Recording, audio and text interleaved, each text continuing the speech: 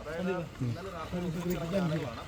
കഴിഞ്ഞ കുറച്ച് ദിവസങ്ങളായി ഏഴാറ്റുമുഖം ഗണപതി അടക്കമുള്ള ഈ ആനകൾ, ഈ ഏഴാറ്റുമുഖം ഗണപതിക്കൊപ്പമാണ് ഈ മസ്തകത്തിൽ മുറിവേറ്റ ആന പലപ്പോഴും നമ്മൾ കണ്ടിട്ടുള്ളത്. കഴിഞ്ഞ തവണ മയക്കുവെടി വയ്ക്കുന്ന ദിവസവും, അതായത് മയക്കുവെടി വെച്ച ആ ദിവസം പിന്നീട് അന്നൊക്കെ ഉണ്ടായിരുന്ന ആനയെ പിന്നീട് നമ്മൾ കാണുന്ന സമയത്ത് ഈ ഏഴാറ്റുമുഖം ഗണപതിക്കൊപ്പമായിരുന്നു ഉണ്ടായിരുന്നത്. അന്നും ഈ ഏഴാറ്റുമുഖം ഗണപതി അവിടെ മാറ്റിയതിനു ശേഷമാണ് ഈ മയക്കുവെടി അടക്കം വയ്ക്കാനായത്. ഇന്നലെ രാത്രി ഏഴാറ്റുമുഖം ഗണപതി ഈ ആനയ്ക്കൊപ്പം മുഴുവൻ സമയം, അതായത് രണ്ട് ആനകളും എടുത്ത് ഈ ചാലക്കുടി പുഴ ഒന്നിച്ച് മുറിച്ച് കടന്ന് ആ പുഴയിലെ വെള്ളത്തിലൊക്കെ രണ്ട് ആനകളും ഒന്നിച്ച് നീരാടുന്നതൊക്കെ നമ്മൾ കണ്ടതാണ്.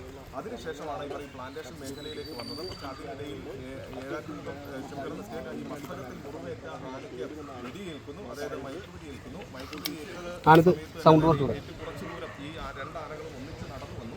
അവർ സാധാരണ പോകുന്ന പാതയിലൂടെ നടന്നു നീങ്ങുക എന്നുള്ളത് തന്നെയായിരുന്നു ഈ ആനകളുടെ ലക്ഷ്യം. പക്ഷേ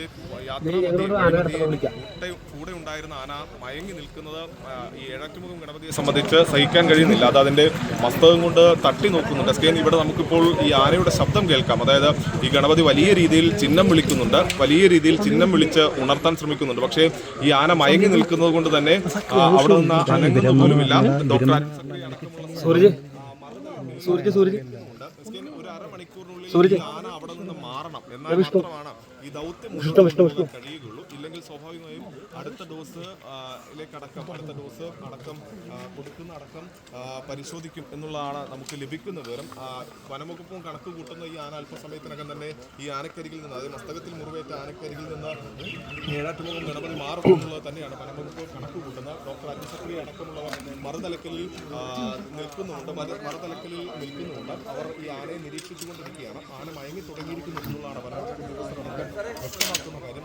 മയക്കത്തിലേക്ക് ആന എത്തിയിരിക്കുന്നു. പക്ഷേ ഏറെ വൈകാരികമായ രംഗങ്ങളാണ് നമ്മളിവിടെ നിൽക്കുമ്പോൾ കണ്ടുകൊണ്ടിരിക്കുന്നത്. കാരണം ആ മയങ്ങിയ ആനയെ, അതായത് ഒന്നിച്ച് ഇന്നലെ വരെ ഒന്നിച്ച് യാത്ര ചെയ്ത് ഈറ്റയെടുത്ത് വന്ന ഒരു അപകടം ഉണ്ടായ സമയത്ത് ഒരു വന്യമൃഗമാണെങ്കിൽ എത്ര വൈകാരികമായി ആ വന്യമൃഗം അതിന്റെ സ്നേഹം പ്രകടമാക്കുന്നു എന്ന നിമിഷത്തിലൂടെയാണ് നമ്മൾ കടന്നു പോയിക്കൊണ്ടിരിക്കുന്നത്. ഒപ്പം വന്ന ഒരുപക്ഷെ അവർക്കിടയിലെ സുഹൃത്തുക്കളായിരിക്കാം ഈ ആനകൾ. അപ്പോൾ ആ കൂടെ ഉണ്ടായിരുന്ന ഒരു ആനയ്ക്ക് ഒരു അപകടം പറ്റിയ സമയത്ത് വിളിച്ചു നിർത്താൻ ശ്രമിക്കുന്നത്